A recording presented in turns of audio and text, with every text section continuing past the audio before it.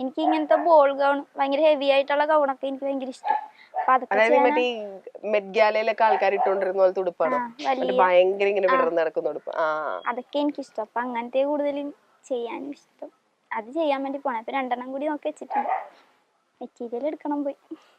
ഇത് ഏതാണ്ട് എത്ര ദിവസത്തെ ഒരു പ്രോസസ്? അതായത് ഭയങ്കര നേരം എടുത്ത് ഒരുപാട് സമയം എടുത്ത് ഏറ്റവും കൂടുതൽ സമയം എടുത്ത് ചെയ്തൊരു ഡ്രസ്സ് ഏതായിരുന്നു? അത് ആദ്യമായിട്ട് തയ്ച്ച ഡ്രസ്സായിരുന്നു. ആ നേരത്തെ നമ്മളെ കാണിച്ചിരുന്ന വീഡിയോ. അതിന് എത്ര നേരം എടുത്തു? ഇപ്പൊ കാണിച്ചല്ല, ഒരു ബോൾ ഗൗൺ തയ്ച്ചിട്ടുണ്ടായിരുന്നു. അതിന് കുറെ നേരം എടുത്തു. ഇതൊക്കെ എനിക്ക് അധികം വേണ്ട. എന്നാലും ആവറേജ് അതിന് എത്ര സമയം എടുത്തായിരുന്നു? ഇത് പെട്ടെന്ന് കഴിഞ്ഞു. എനിക്കൊരു കല്യാണം ഉണ്ടായിരുന്നു. പെട്ടെന്ന് തുണിയെടുത്ത് പോയി തയ്ച്ചിട്ട് പോയത്. ഇതല്ലടാ നീ ആദ്യം തയ്ച്ച ബോൾ ഗൗൺ 1-2 മാസം. 2 മാസമൊക്കെ എടുത്താ? അത് തുണിയെടുത്ത് തയ്ച്ചു പകുതിയായിട്ട് തുണി എടുത്തോണ്ട്. അങ്ങനെ. ഓക്കെ. ഏറ്റവും കുറച്ച് സമയം കൊണ്ട് ചെയ്തതോ? ഈ ഉടുപ്പൊക്കെ. ഇതൊക്കെ എത്ര നേരം എടുക്കും തയ്ക്കാൻ? 1-2 മണിക്കൂർ. അപ്പൊ ഇത് എവിടെ പോയിട്ട് ഇപ്പൊ ഈ ഹോൾസെയിൽ കട എന്ന് പറഞ്ഞില്ലേ, ഇത് എവിടെ പോയിട്ട് എടുക്കുക? മേനകേലി. ഇതൊക്കെ ഇവിടുത്തെ അടുത്തുള്ള കടകളിൽ നിന്ന് എടുക്കണം. വലിയ ഉടുപ്പിനൊക്കെ മാത്രമേ അവിടെ നിന്ന് എടുക്കുള്ളൂ.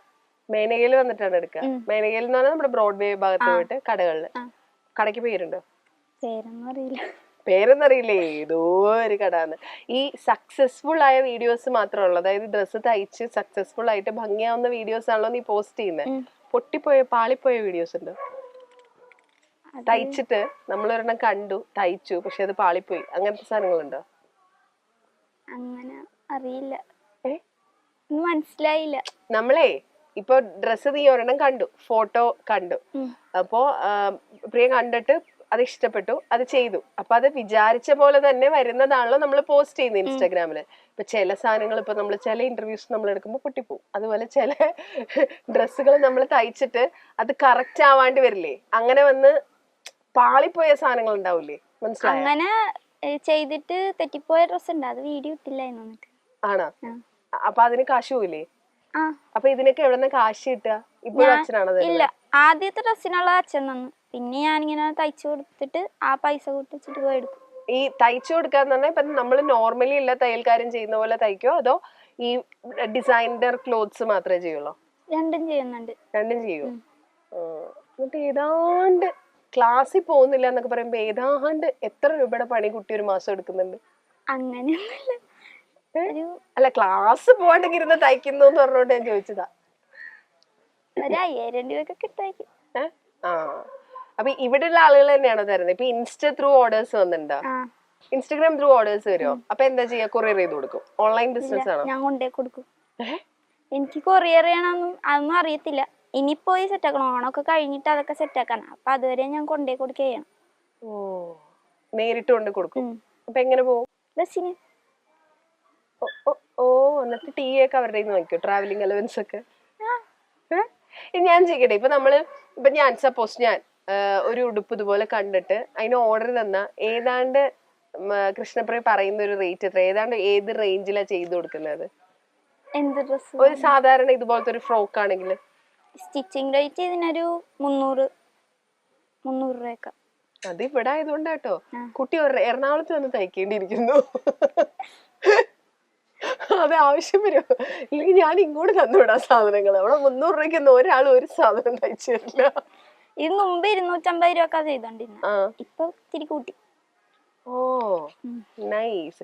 ഇപ്പൊ ഈ ഉടുപ്പുകൾ തയ്ച്ചിട്ടേ ഓൺലൈൻ കിട്ടുന്ന ഓർഡറുകൾ കൊടുത്തിട്ട് അവര് കമന്റുകൾ പറയുമല്ലോ, അവര് ത്രൂ സജഷൻസ് ഒക്കെ പോയല്ലോ. അപ്പൊ അങ്ങനെ പറഞ്ഞതിൽ ഭയങ്കര സന്തോഷം തോന്നിയ ഒരു കമന്റ് അല്ലെങ്കിൽ ഒരു കസ്റ്റമർ പറഞ്ഞൊരു റിവ്യൂ എന്തായിരുന്നു? അത് അരൂരുള്ള ഒരു ചേച്ചിക്ക് ചെയ്ത് കൊടുത്തിട്ടുണ്ടായിരുന്നു.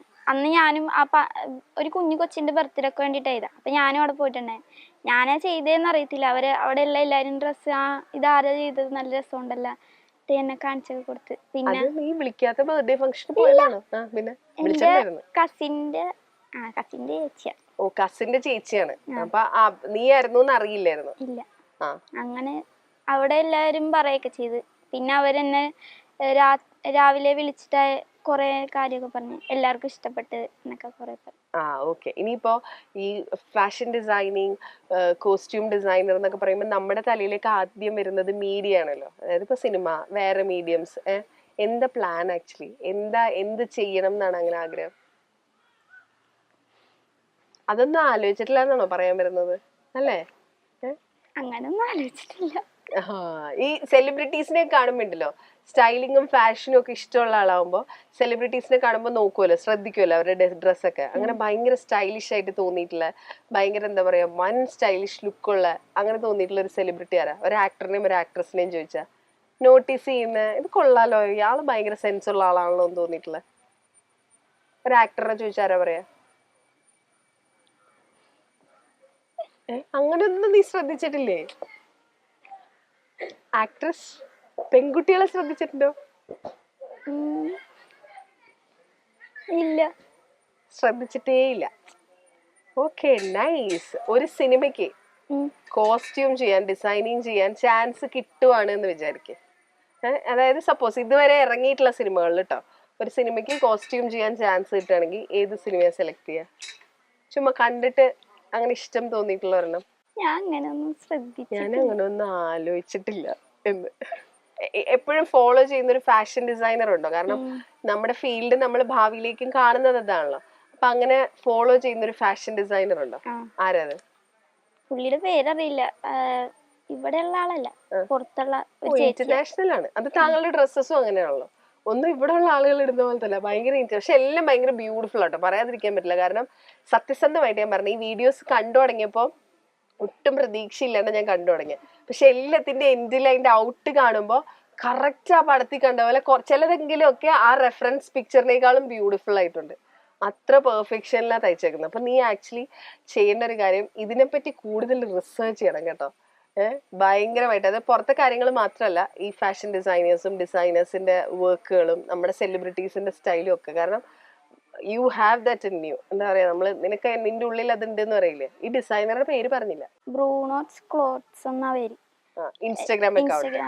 ഓക്കെ, അത് എവിടെ നിന്ന് കിട്ടിയോ? കണ്ടുപിടിച്ചെടുത്ത് തപ്പിപ്പിടിച്ചെടുത്ത്? റീൽസ് കണ്ടുകൊണ്ടിരുന്നപ്പോ ഒരു വീഡിയോ വന്നായിരുന്നു, പിന്നെ നോക്കിയപ്പോ എല്ലാം എനിക്ക് ഇഷ്ടപ്പെട്ടു. നമ്മുടെ ഇവിടെയുള്ള കോസ്റ്റ്യൂം ഡിസൈനേഴ്സ്, ഫാഷൻ ഡിസൈനേഴ്സ് ഒന്നും ഫോളോ ചെയ്യാറില്ല? അങ്ങനെ ഒരു ചേച്ചീനെ ചെയ്തിട്ടുണ്ട്, ഫോളോ ചെയ്തിട്ടുണ്ടാവില്ല. പുള്ളിയുടെ വീഡിയോസും കാണാറുണ്ട്.